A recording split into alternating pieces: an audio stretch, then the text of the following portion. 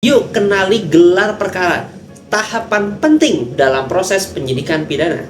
Sobat WP, kita tahu bahwa proses penyelidikan sampai dengan penyidikan adalah proses yang panjang, memakan sumber daya manusia, sumber daya, dan juga waktu tentunya.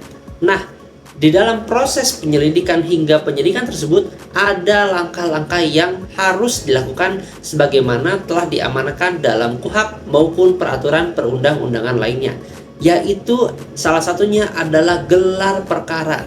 Sebagaimana dapat kita baca dari istilahnya, gelar perkara adalah penggelaran, penguraian dari suatu perkara yang sedang ditangani oleh aparat penegak hukum.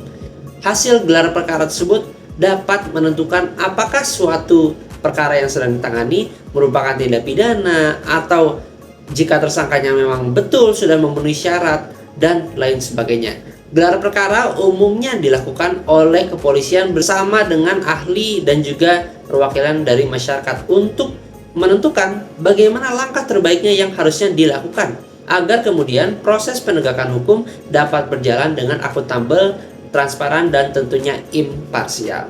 Sebagaimana telah diatur dalam hukum acara pidana maupun perundang-undangan di bawahnya, jika kemudian gelar perkara tidak dilakukan sedangkan hal itu diwajibkan, maka tindakan selanjutnya berpotensi untuk digagalkan atau dibatalkan dalam pra-peradilan. Sebagai contoh, jika penetapan tersangka dilakukan sebelum adanya gelar perkara, maka penetapan tersangka tersebut dapat dibatalkan. Bahkan menaikkan tingkat proses hukum dari penyelidikan ke penyidikan juga memerlukan gelar perkara.